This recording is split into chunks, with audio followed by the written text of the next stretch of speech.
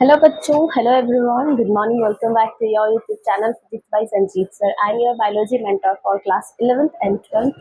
Class 11th में chapter start है cell cycle and cell division chapter start है I think. हाँ, cell division and cell cycle chapter start है. ठीक है, आज का जो टॉपिक है वो हम लोग पढ़ेंगे तो वो पढ़ेंगे इंटरफेस क्या होता है. ठीक है, इंटरफेस क्या होता है वो पढ़ेंगे. ठीक है, देखो, it is the stage where cell remain metabolic active but do not proliferated unless called due to its. So such cell are used for replacing the cells lost during injured.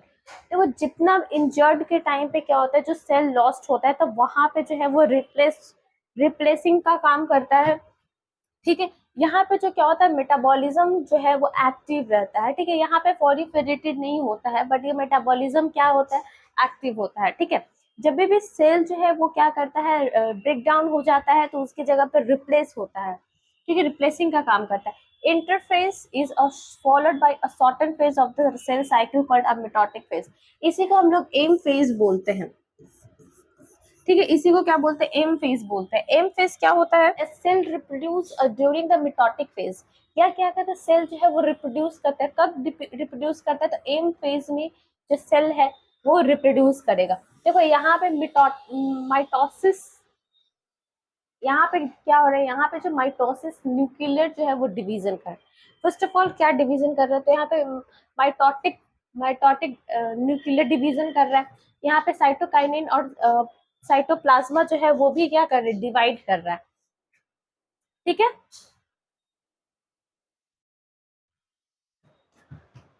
अब देखो, the mitotic phase has two stage, दो stage है इसका. First of all karyokinesis और दूसरा है cytokinesis. ठीक, karyokinesis में क्या होता है, it involves a nuclear division producing to daughter nuclear. इसमें क्या होता है, इसमें आपको टू डाउटर न्यूक्लियाई मिलेंगे. ठीक है, टू डाउटर न्यूक्लियाई मिलेगा. और साइटोकाइनेसिस में क्या होगा, it involve cell division producing a two रफली equal cell called a daughter cell. इसमें इसमें भी आपको टू डाउटर सेल मिलेगा. ठीक है, बट इसमें क्या मिलेगा, रफली मिलेगा. ठीक है, कैसा मिलेगा, तो रफली इक्वल सेल मिलेंगे. ठीक है, the mitotic phase of the cell cycle internet with a much longer interphase. Alternate with a much longer interphase. इसमें क्या होता है, ये ज्यादा लॉन्गर होता है. इंटरफेस से क्या होता है, ये ज्यादा लॉन्गर होता है. ठीक है, अब देखो, length of the cell cycle का लेंथ कितना होता था. The time taken by a cell to complete the cell cycle depend on the types of the cell that it dividing. देखो, ये जो है ये क्या करता है, ये डिपेंड करता है कि सेल जो है वो कंप्लीटली कितने टाइम में वो सर्कल को कंप्लीट कर लेता है. ठीक है, उसी पे क्या करता है, उसके ही अनुसार ये डिवाइड करता है. ठीक है, ऑलमोस्ट जो है वो 24 आवर्स लगते हैं. ह्यूमन बींग्स की अगर बात करें तो 24 आवर्स लगते हैं सेल को डिवाइड करने में. ठीक है, यहाँ पे देखो, यहाँ पे जो है वो कितना जो हमारा साइटोकाइनाइसिस है वो कितने टाइप्स के हैं. पहले में साइटोकाइनाइसिस है. इंटरफेज में देखो कितने सारे आते हैं, एम फेज में. फिर उसके बाद है टेलोफेज, फिर एनाफेज, मेटाफेज, प्रोफेज. ठीक है, ये सारे जो है क्या है, ये फेज है. ठीक है, ये सब जो है वो क्या करते हैं, साइटोकाइनेसिस में ये सब का क्या होता है, यूज होता है. ठीक है, length of a cell cycle. अब लेंथ देखेंगे सेल साइकिल का कितना लेंथ होता है of the time. M phase could occur 1 hours. अगर एम फेज का बात करें तो वो कितने घंटे लगेंगे, 1 घंटे लगेंगे. 1 घंटा में प्रोसेस होगा एम फेज का. ठीक है, तो वो ये सारे क्या प्रोसेसिंग है, 1 घंटे में प्रोसेस लगेगा. फिर अगर एस फेज का बात करें तो वो 10 से 12 घंटे लगेंगे. ठीक है, अगर G2 फेज का बात करें तो 4 से 6 आवर्स लगेंगे और G1 का बात करें तो 5 से 6 आवर्स लगेंगे. ठीक है, phase however the most variable in length is a different type of cell. ये जो है वो डिफरेंट टाइप ऑफ सेल से अलग है.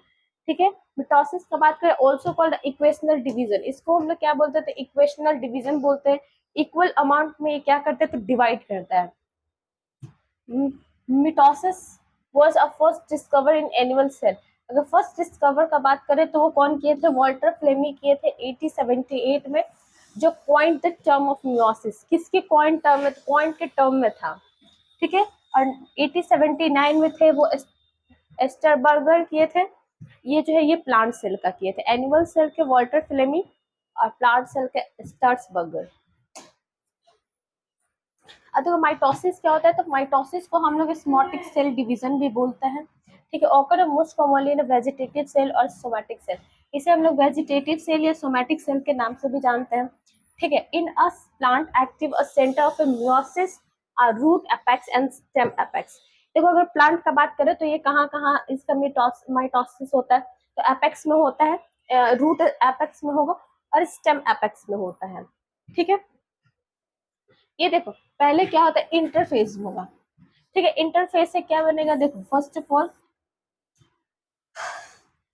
पहले क्या होगा, इंटरफेस में होगा, ठीक है। इसके अंदर बहुत सारे क्या न्यूक्लियाई आपको मिलेंगे, ठीक है। तो ये कौन सा फेज है, इंटरफेज है,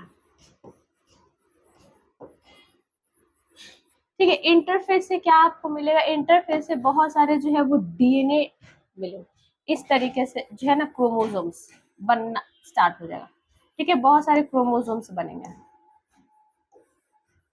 ठीक है। फिर उसके बाद क्या होगा, वही क्रोमोसोम्स इक्वली आएंगे, इक्वल आएंगे, ठीक है, ठीक है। ये सारे क्या है, तो ये क्रोमोसोम्स हैं। ये कौन सा फेज है, तो ये है मेटाफेज और ये है प्रोफेज। एनाफेज का अगर बात करें तो एनाफेज में कुछ इस तरीके से बनेगा, चार बनेंगे,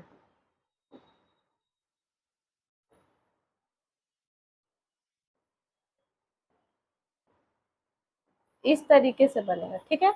ये क्या है, एनाफेज है, एक ही सर्कल पे आके क्या हो जाएगा, मिल जाएगा, ठीक है। ये भी एक सर्कल पे जाएगा और मिल जाएगा, ठीक है। उसके बाद टेलोफेज में क्या होता है, इक्वली डिवाइड होने के लिए सक्षम है, टेलोफेज, ठीक है। आज तक का इतना है।